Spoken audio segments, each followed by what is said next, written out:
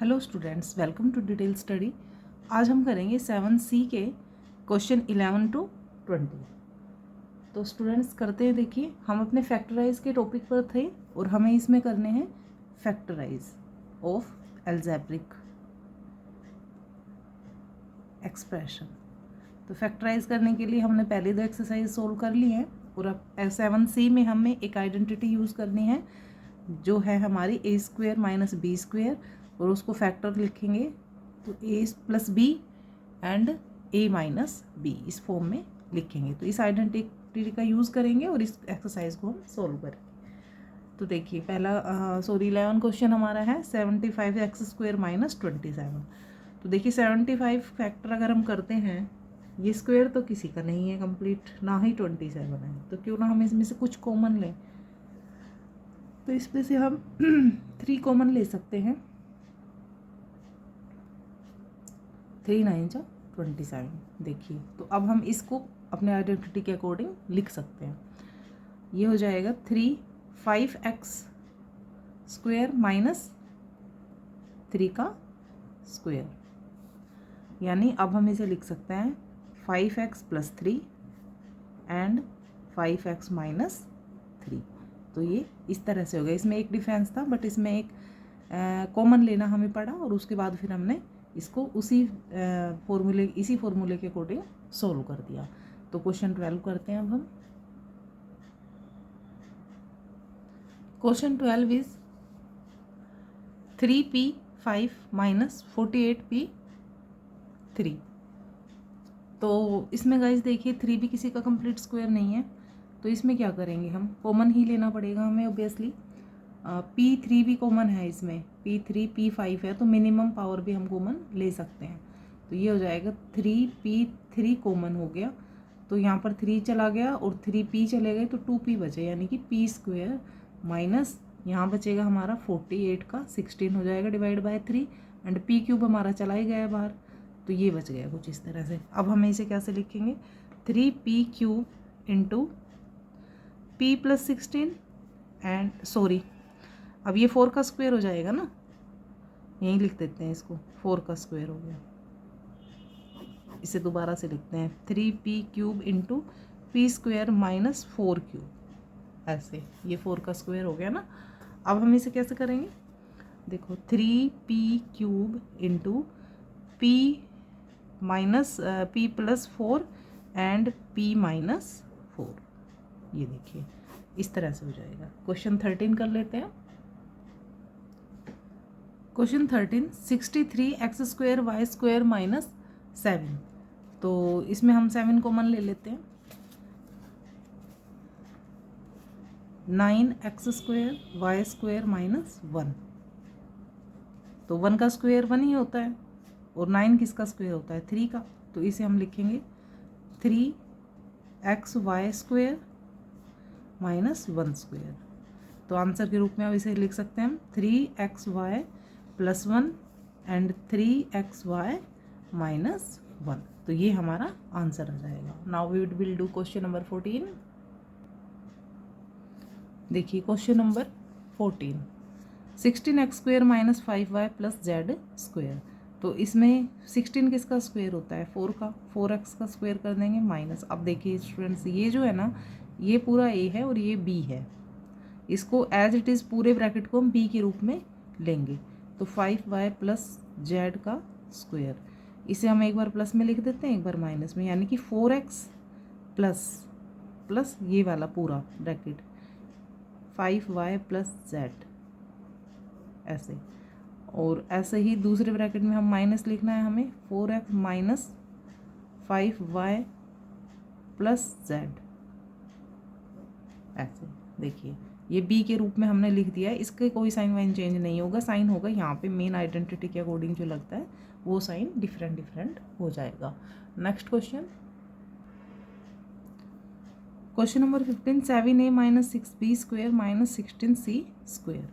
तो देखिए ये हमारा a है और ये हमारा b है। इसे एक बार फिर लिख लेते हैं, 7a माइनस 6b का स्क्वायर माइनस 16c² यानी कि 4c का स्क्वायर। इसे एक बार प्लस में एक बार माइनस में लिखेंगे, पूरा a मानेंगे और इसे हम लिखते हैं 7a माइनस 6b, ये a हो गया। अब हम लिखेंगे प्लस में 4c, ये b हो गया। ठीक इसी तरह फिर a लिखेंगे हम 7a माइनस 6a, इसका कोई साइन नहीं चेंज करना है गाइज, इसको एज इट इज़ लिखना है। अब आइडेंटिटी वाला यहाँ पे माइनस और 4c। देखिए इस तरह से ये क्वेश्चन सोल्व हो। Question number 16। क्वेश्चन नंबर 16 है 4x plus 5y square minus 1। तो ये हमारा क्या हो गया, a हो गया पूरा और ये हमारा b हो गया। Then 4x plus 5y square minus 1 का स्क्वेयर। तो इसे हम लिखते हैं अब हम 4x प्लस 5y, ये हमारा a हो गया plus 1, and 4x plus 5y minus 1, ये हमारा b हो गया। इस तरह से हमने इसको फैक्टराइज कर दिया। क्वेश्चन नंबर 17 करते हैं।